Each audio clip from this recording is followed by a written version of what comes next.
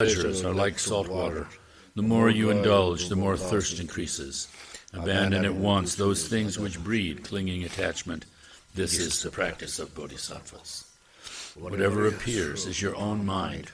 Your mind from the start was free from fabricated extremes. Understanding this, do not take to mind inherent sides of subject and object. This is the practice of bodhisattvas.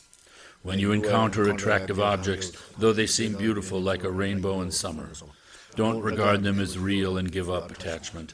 This is the practice of bodhisattvas. All forms of suffering are like a child's death in a dream. Holding illusory appearances to be true makes you weary. Therefore, when you meet with disagreeable circumstances, see them as illusory. This is the practice of bodhisattvas. When those who want enlightenment must give even their body, there is no need to mention external things. Therefore, without hope for return or any fruition, give generously. This is the practice of bodhisattvas. Without ethics, you can't accomplish your own well-being, so wanting to accomplish others is laughable. Therefore, without worldly aspirations, safeguard your ethical discipline. This is the practice of bodhisattvas. To bodhisattvas who want a wealth of virtue, those who harm are like a precious treasure. Therefore, towards all, cultivate patience without hostility. This is the practice of bodhisattvas. Seeing, even hearers and solitary realizers, who accomplish only their own good, strive as if to put out a fire on their head. For the sake of all beings make enthusiastic effort, the source of all good qualities. This is the practice of bodhisattvas. Understanding that disturbing emotions are destroyed by special insight with calm abiding.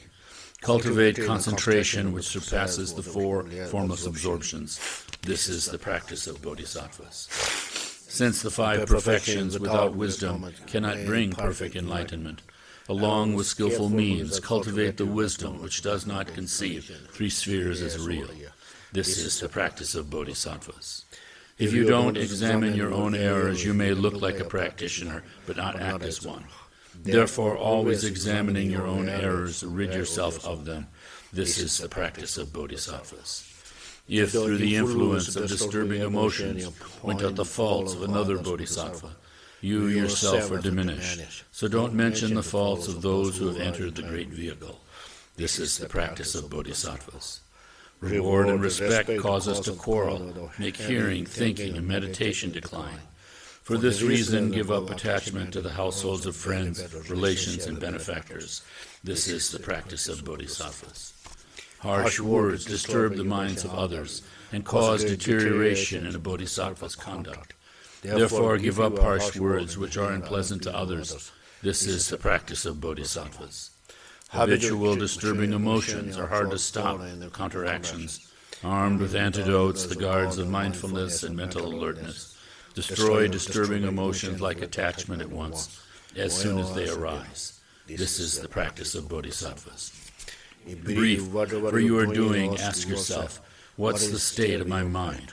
With constant mindfulness and mental alertness, accomplish others' good. This is the practice of bodhisattvas. To remove the suffering of limitless beings, understanding the purity of the three spheres, dedicate the virtue for making such effort to enlightenment. This is the practice of bodhisattvas.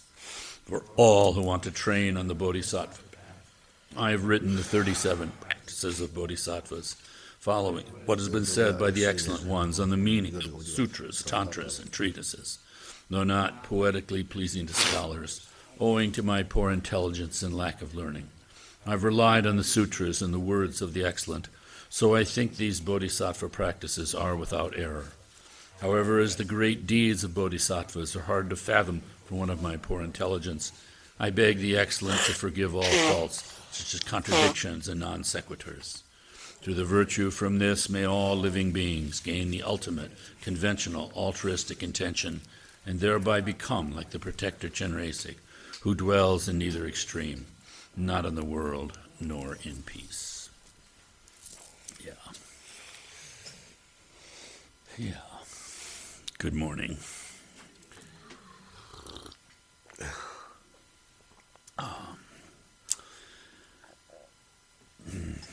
I find myself reflecting again and again and again on how fortunate we all are I I don't know if I actually saw the article. I think it was someone referring, some scholar type referring to an article that was in the American newspapers in like 1909 or something like that. But anyway, right after the invention, or at least the propagation of the telephone. And it was expressing great joy because now that we had the telephone, people could talk to each other. It meant that there was going to be world peace. The great thing about the Dharma is that it goes to the cause. That's just because we're all living on the surface, that's a very profound thing to do, to go to the cause. Someone said once that, so many good people in the world chopping at the branches of suffering. But the Dharma cuts the root of this great tree of suffering.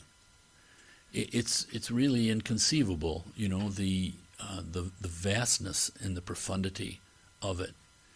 And with even a glimpse, your life changes. The fact that there is a path is just like, imagine, you're in a wilderness, lost. Gretchen and I once, we were young and stupid, we hitchhiked from Minnesota, from Minneapolis to Wyoming. And there's a mountain there called the Bomber Mountain because a B-52 crashed there in like 1952 or something, and the wreckage is still there, and you can go, and we thought that would be a cool thing to do. And, of course, we were young and enthusiastic, and, what could go wrong? So we didn't have a tent, and we started hiking, and this is like in late September, I think. Of course, the higher we got, the weather was getting worse and worse and worse, and suddenly this huge fog rolled in, and we were stuck. It was raining. We had a piece of plastic, like a tarp that you'd put down on the ground, and we somehow rigged that up so we could try to sleep under it and not get rained on. Of course, it didn't work. At any rate, the next morning it was just, we're not going to make it to see the bomber. So we were going to turn around and go back. But we couldn't see the path. It was like completely fogged, and we had done something weird going off the map. And, you just like, and we were going uphill, so we thought, well, if we go downhill, eventually we'll get there, right? So we just started going downhill. And I still remember looming out of the fog, we got a little bit lower, was this creature. And I looked, and coming farther out of the fog, it was a cow, somebody's cow up, grazing. And then suddenly, right beyond it, there was a path. And the psychological immediate relief, there's a path. And you don't know really where it's going, but even the fact that there's a path, somebody must have walked on this path before, otherwise there wouldn't be a path. The immediate effect. And so finding the Dharma, the path, is like that. You don't really know where it's going, but you actually do. You actually have this intimation of something that's whole and complete at your core. And you can't express it, and when you try to express it, even when you express it seemingly validly, other people don't hear it. They're thinking about, what color shirt you're wearing or whatever. All these distractions.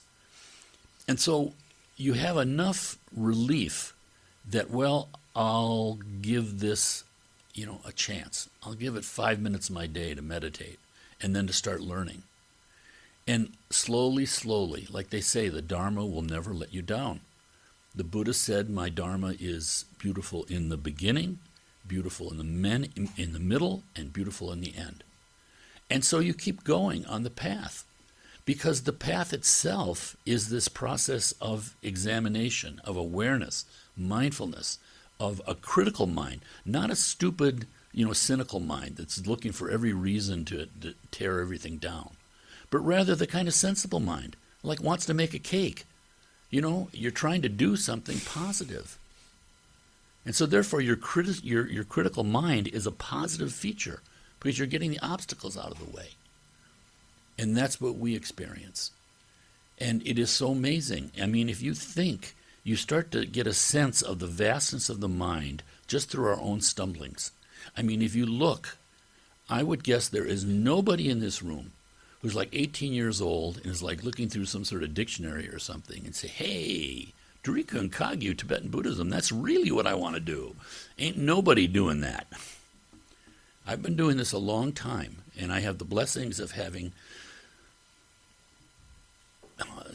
daughters who know more than me, and one who's married to a Tibetan, another who's married to an expert on Japanese culture, so there's tremendous Buddhism knowledge there too.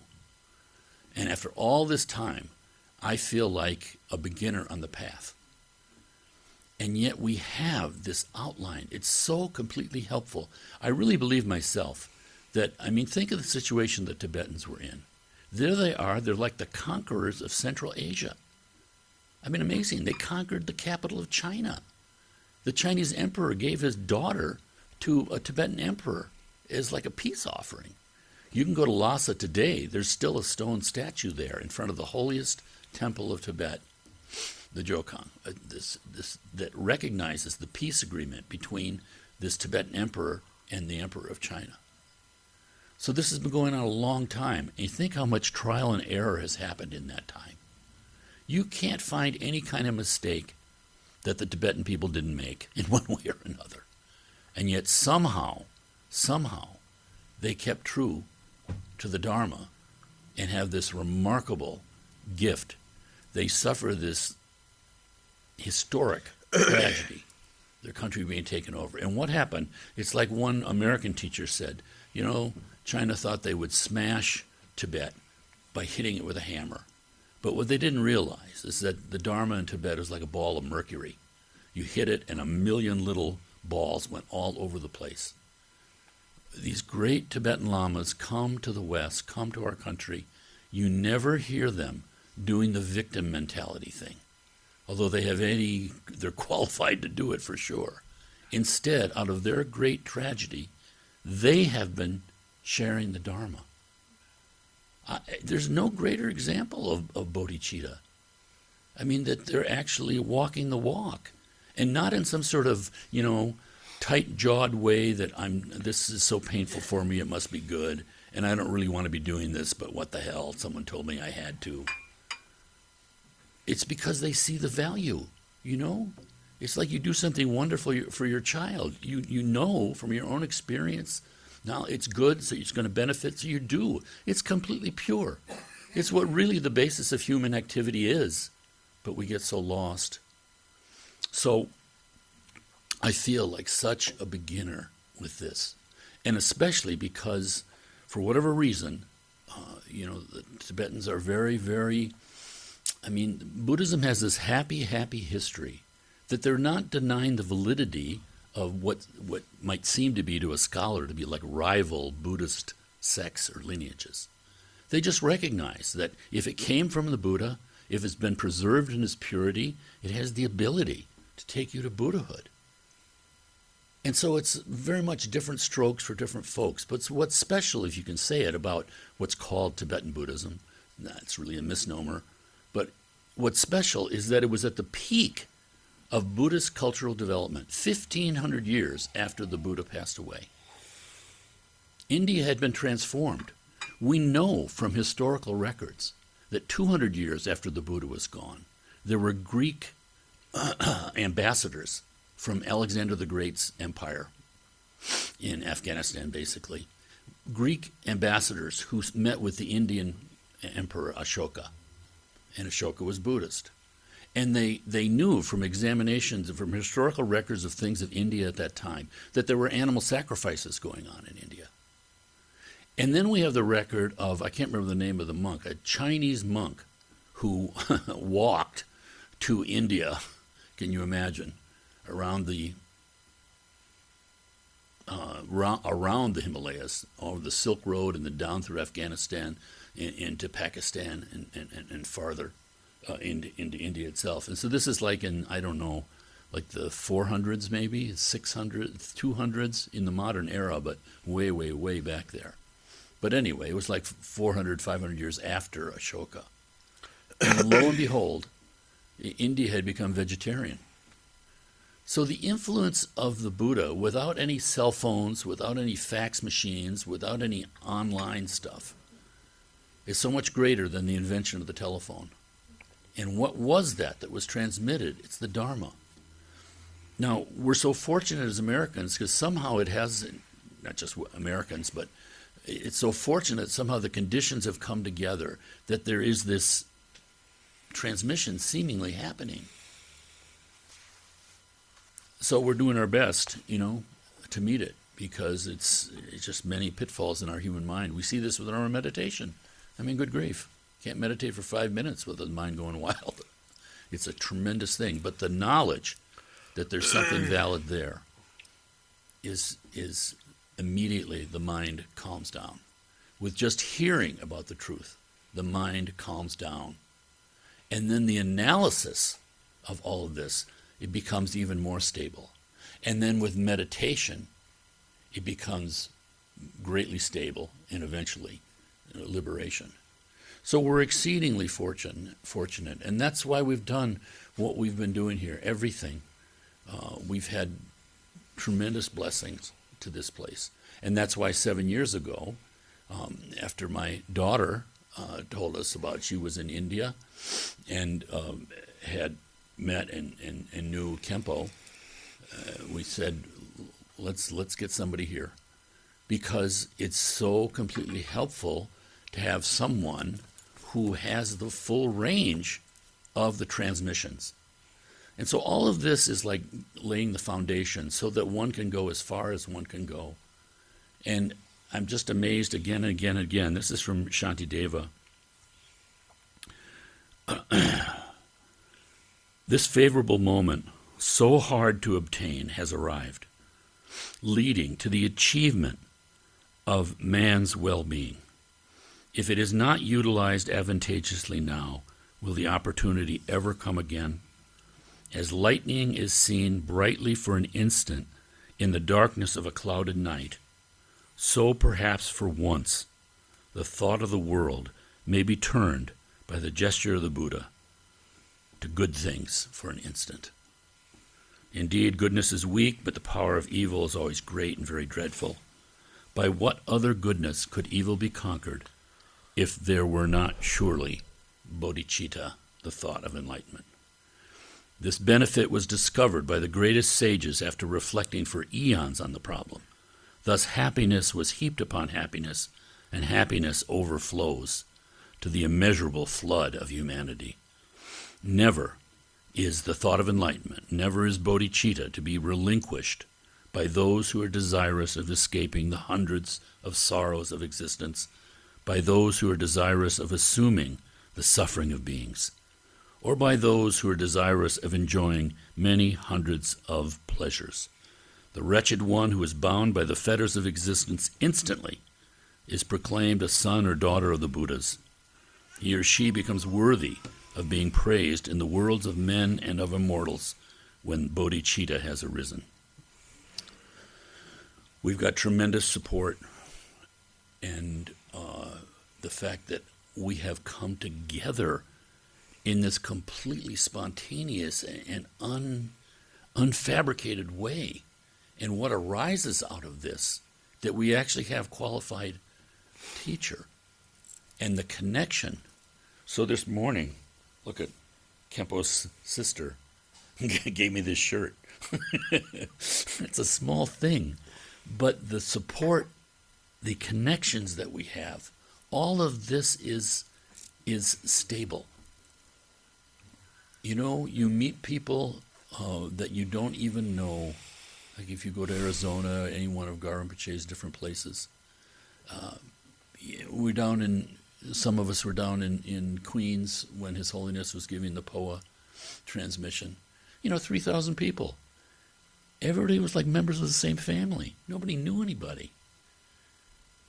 Very, very impressive, very, very helpful, very, very fortunate. Okay, that's enough from me this morning. Thank you, Khenpo.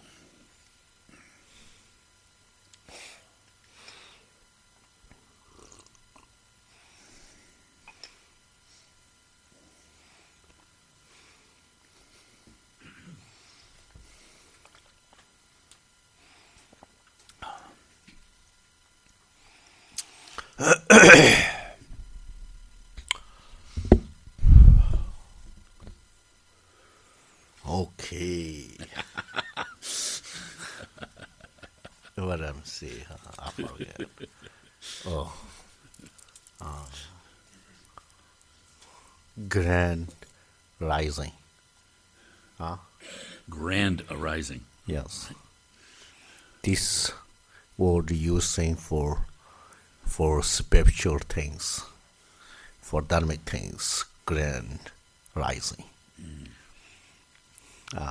Mindset, a mood to listen teaching, enjoying to practice, happy to contemplate for Dharma. So, therefore, we need grand rising. This is indispensable. Okay, anyway, I'm going to teach today, teach means explain that to you about faith and blind faith or Faith and blind faith. superstition, Yeah. right? So, in the religions, faith is indispensable, whether any kind of things actually. Faith. Faith is very wise and profound subject, basically. You understand what I mean? But we have to know, according to Buddhist practitioner, which kind of faiths we need. You understand? So therefore, today I will try to explain about the little bit to you. So you keep in the mind. And then really Dharma helps. Right? So His Holiness Dalai Lama always mentioned the Buddhism is academic subject, not the object of the prayer, not object of the faith and belief. Because Buddha already said, so all the sentient beings can become the Buddha, exactly as Shakyamuni, same level, same quality, same knowledge, and the same compassion, bodhicitta, and realization of the real, true nature of the reality. You understand? So this is, I think, so big deal. Really. So even we daily life need to be happy. You have to think about the Dharma. Huge difference. Of course, you completely need to free from suffering. We need to make more effort. If you 2-3 hours you need to relax, you think about the Dharma. Calm abiding, loving kindness, and compassion. Immediately going to relax. That's for sure. That is not really beyond our mind. This is, we can, if we check, immediately we understand. That's for sure. Right? So, okay, anyway, just leave it there. If I'm going more and more, then I don't know, I'm stuck somewhere. And I cannot come back to my real, after say, origin topic. Okay? So therefore, ultimate our goal or purpose is to become the Buddha.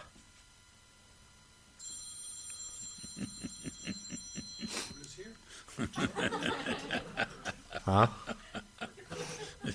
Time to wake up.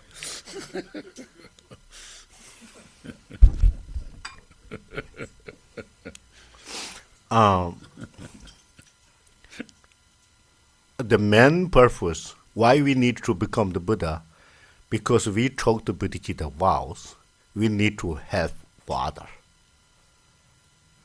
Once we never become the Buddha, or we cannot become the Buddha, we cannot be able to help for other all sentient beings. Right? That is the reason. Okay? So, today we're talking about faith and which kind of faith we need in the Buddhism and which kind of faith we no need. That's important. The other religions talking about faith and Buddhism talking about faith is totally different. Right? And there are other some lineages. If you really any doubt about God or ultimate moksha, the Hinduism says the moksha or moksha. If you any doubt, not really you good enough that your faith, you will be going to hell. Right? And Buddha said, if you really believe completely whatever Buddha said, you really going to darkness all the time. So you need doubt. You need hesitate about the reality situation until you realize. You understand? If you really completely believe, and then if you want to stay in the samsara, of course you do that. If you really don't want to stay in the samsara, you're always tired, headache, exhaust, and then you don't be really in believing faith. Don't, completely believe, I believe so. Don't say like that. You understand? So therefore, Buddha's teaching, you must investigate. You must contemplate. Keep in the doubt in your mind. You no need to fear, Buddha, if I'm a little bit doubt about Buddha, not good situation. It is a good situation. You will understand completely. If you say, close eye, Buddha says so, and believe, and then you always in the darkness. You understand what I mean? Huh? Understand or not? Huh? I'm confused sometimes. Everybody quiet, and I'm trying to teach you more wake up, but you more sleep, and then not good situation. Isn't it? And then after the Dharma Center, I'm so confused with what Khenpo talking about. So before I know a little bit, but today I'm already confused. I don't know whatever. And that's not good. So we no need to really get donation of the confusion. We good enough confusions and the suffering. Nobody need to donate each other for suffering and confusion. We enough, very good. Right? So anyway, if you have any piece of paper, I will tell you right now, you note, this is real Buddha's own word. Okay? I will tell you. You have piece of paper. I know, believe everybody has cell phone. So now is everybody taking refuge for technology. So therefore everybody really has cell phone, right? And note, their notebook, our note app is there in the cell phone? Yeah. Okay, note. Yeah.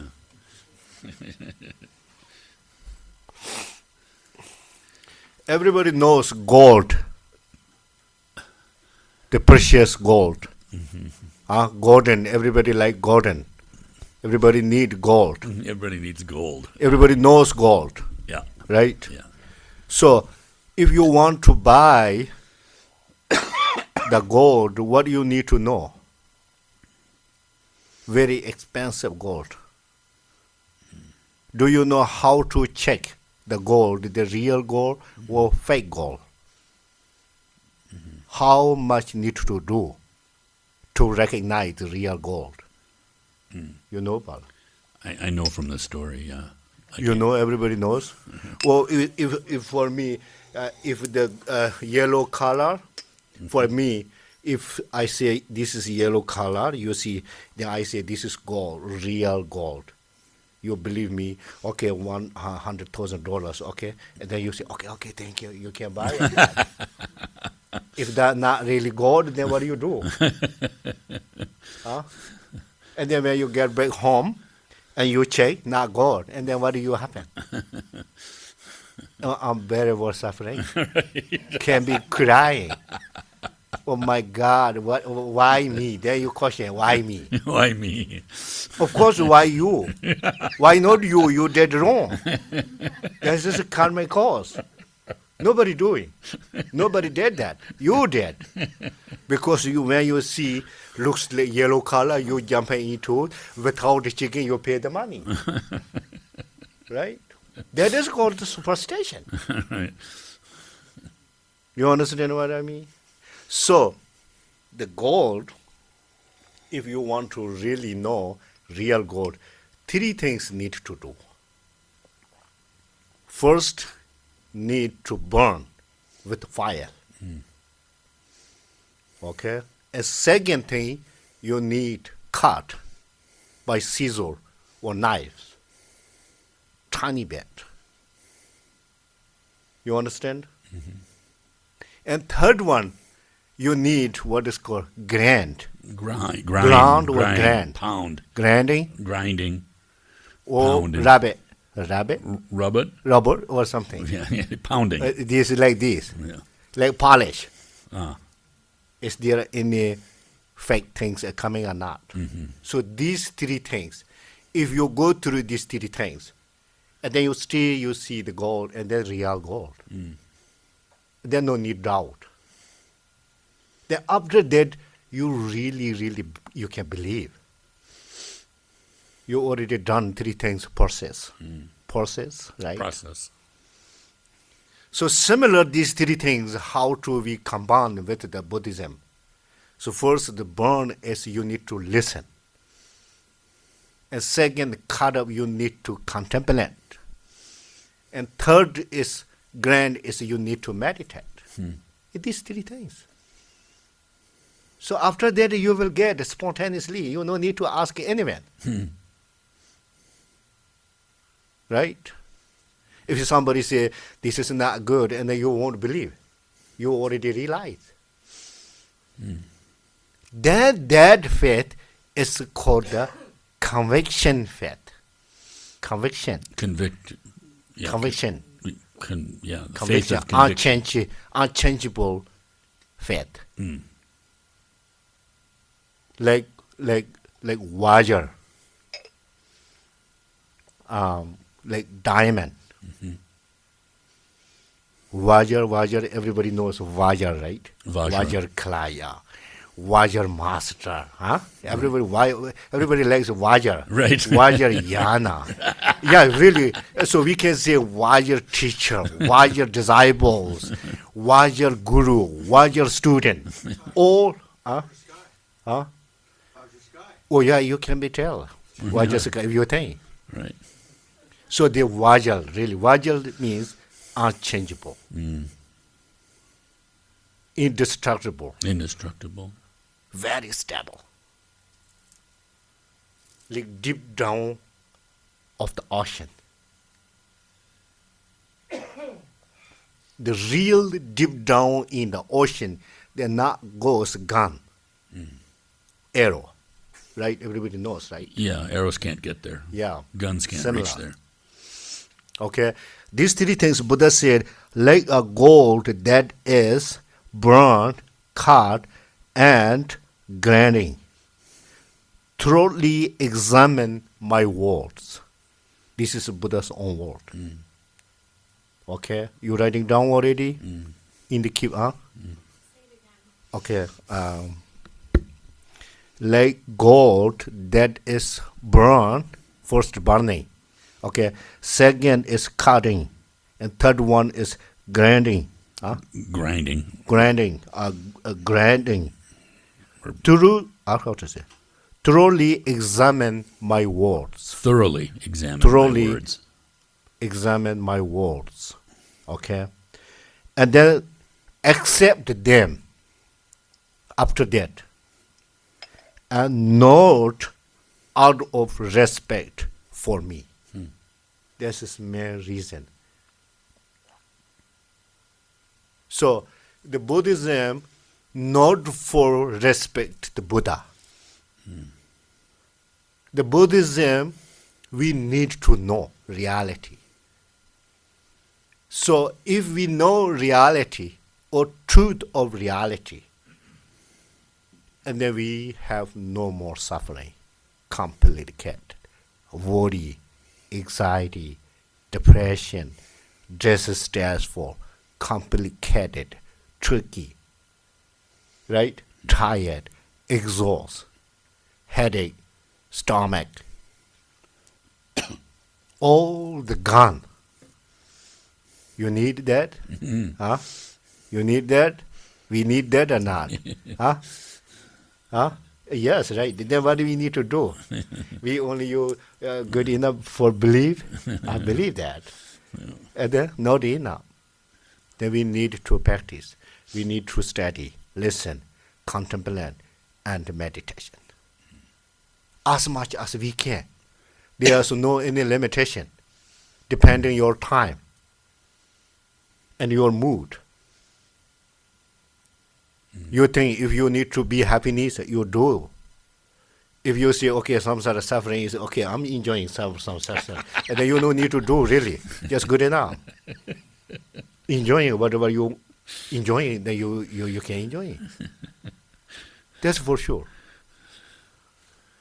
Right? So, everybody believe how to say, clear right now? Huh? Like gold that is burned, cut, and rubbed, grinding, how to say, thoroughly examine my words. Thoroughly. Yes, accept them not out of respect for me. Okay? After you three process done, and then you can believe Buddha. You think, well, Buddha is really, really true.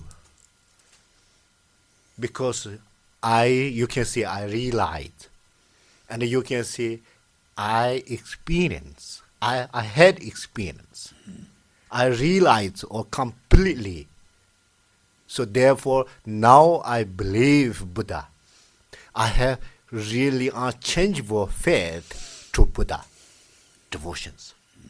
So that is called the rational faith. Not really blind faith. Not really superstition. That is real called the rational faith, or how to say, reasonable faith.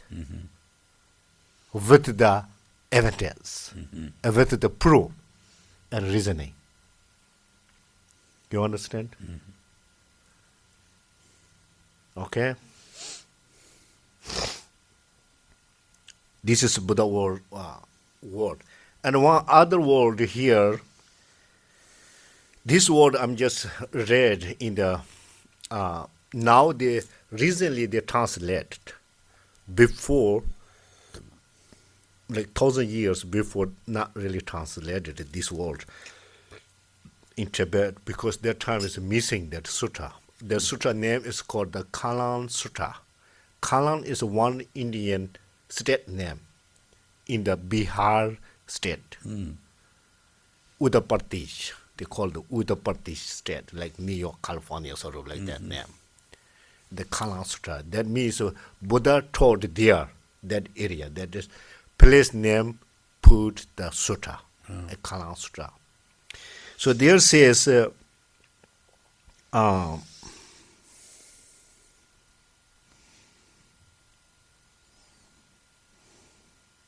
5 things. If you have one of them, you are in the superstition or in blind faith. I will read later. You try to note on your book, okay?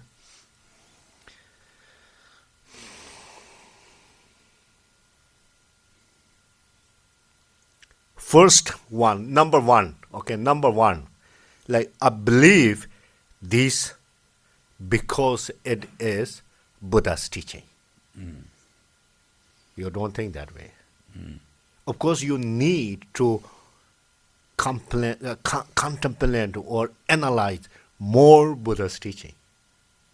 Because very, very significant and crucial thing is Buddha's teaching. Right? Or other like master's dharma or guru's dharma is not much important. There could be mistake and wrong. Okay? So, therefore, I believe that because Buddha's teaching, this is number one.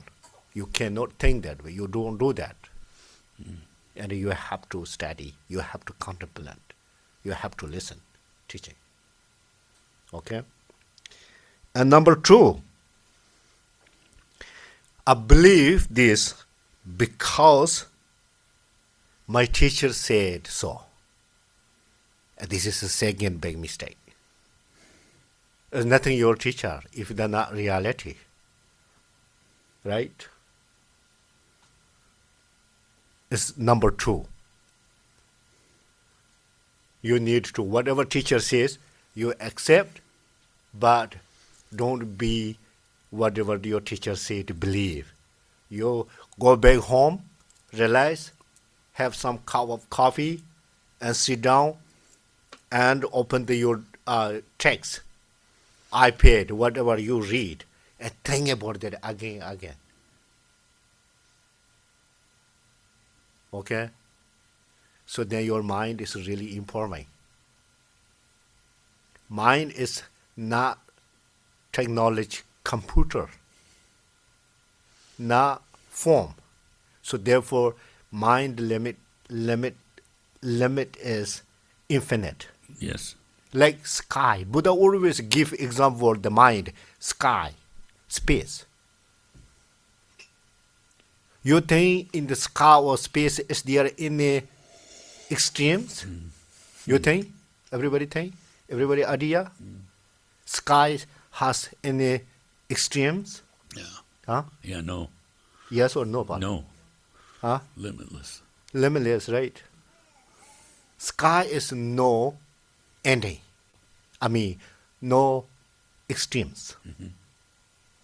Similar what? No extremes. Huh? What I say here, the king of the praise is. Yeah. What it says, remember? We used to read this one, right? Yeah. Remember, everywhere? Anyone remember? One thing is the sky is no extremes. And the second one, what is no extremes? Mind. Huh? Mind. Mind. And third one? Huh? The space and the sky is almost same in Sentient English. beings. Sentient beings are beings same.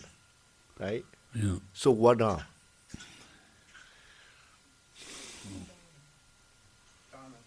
Huh? What? Dharmas is extremes. Because, how to say, 84,000 Right. in the number. Right. What do you mean? Some sutras they say dharmas are limitless. This is not dharmas, a reality situation. Dharma explains the object of the reality. Dharma is, how to say, 80,000, 84,000? Right? So why Buddha said 84,000 dharma? Do you know? Huh? Rogu, you know? 84,000 heaps of heaps. The heaps is the 84,000, so that's the suffering. 84,000 types of suffering. What types of suffering? Are suffering only 84,000? You think? This, Huh? it's 84,000. Ahimsa? The heaps. Heaps means? Heaps, what do you mean? Heap. Piles, collections, Huh? groups. Saying 84,000 different categories. A You might category. say, For what category? of dharmas, of teachings. Yeah, teachings is 84,000. Yeah. Right? I did ask you once, does that mean we have 84,000 types of suffering? You said yes. Well, I don't know really that. Maybe I said I forget. But not reality that suffering. That's, That's okay, sure. it's hard to remember. And then try again. If you once don't remember, don't give up. Try again. And then you can be understand and remember. Right? Okay. Similar. What is we talking here? Okay, number 2, teacher says so. Right. Don't believe that.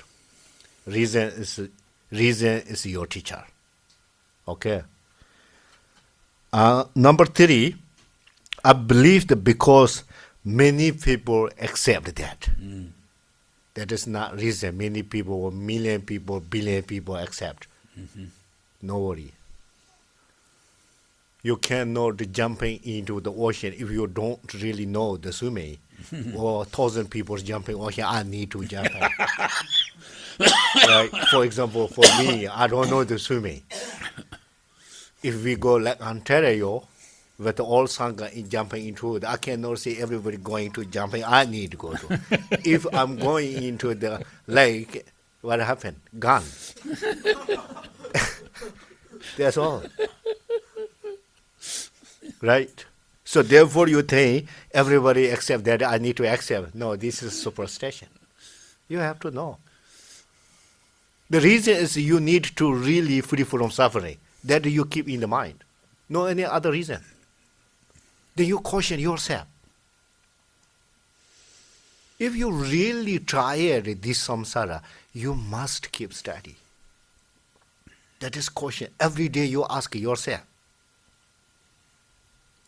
And sometimes if you, today very happy, I'm no need to dharma. This is also superstition. Because tomorrow you can be get suffering. You think, my happiness kind of permanent. So now I'm no need. If I'm stay in this life 100 years, within the 100 years, no more get in suffering, then you're really good. Then you no need to listen Dharma. You no need to practice Dharma. Otherwise, one day, today is really more happy, you need to study more. And then tomorrow, day after tomorrow, more will be going to happy. If you're today happy, you will be lazy with the distraction allowed, and tomorrow can be get more suffering. That's for sure. That is called the cause and effect. It's called the karma, other name. Other Sanskrit name is karma. English is called the action. Tibet called the lende. In Chinese called the yingo. In Hindi called the sansar. Whatever call. It's the same meaning. Right?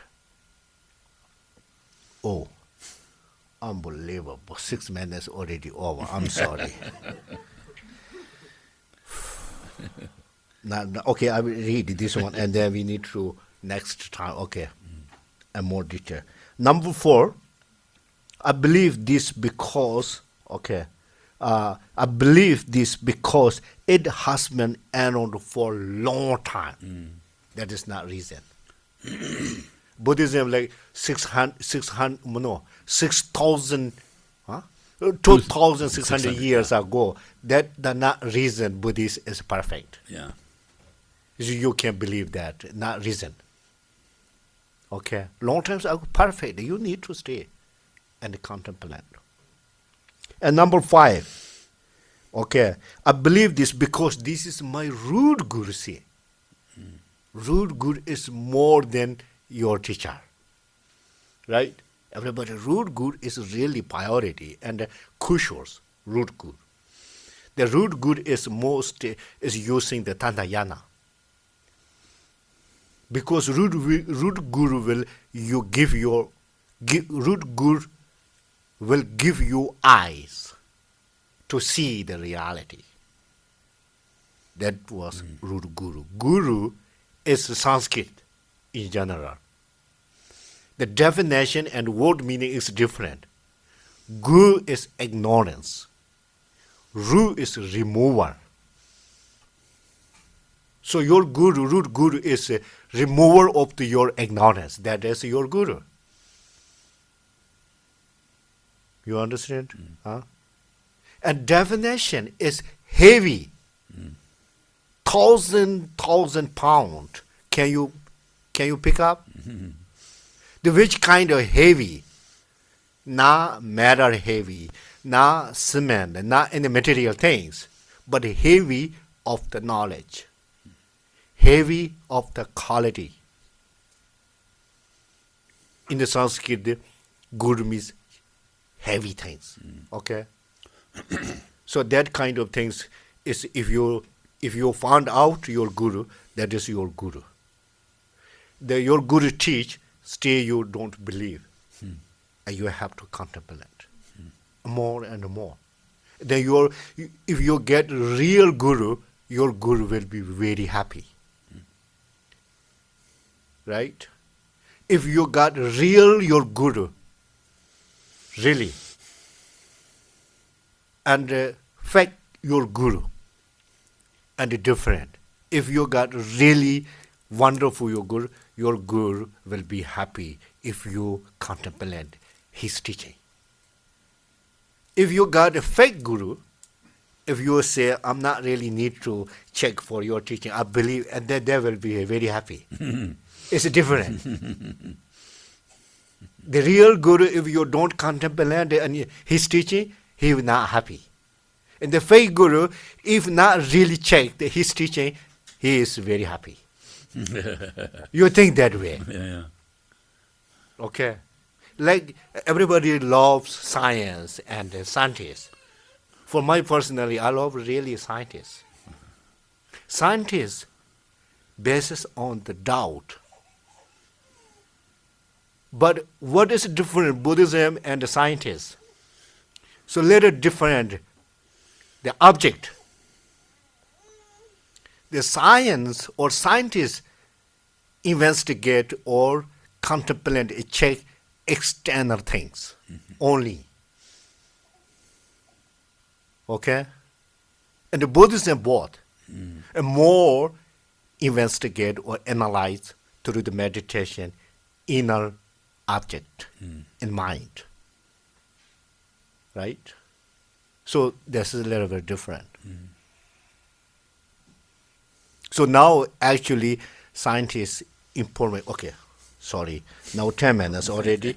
Okay, now just relax 10 minutes, okay, in the living room. And then come back and then practice it. Then I will try to end before the new, okay? If lunch time, if I'm still teaching, for me it's suffering and you could be suffering.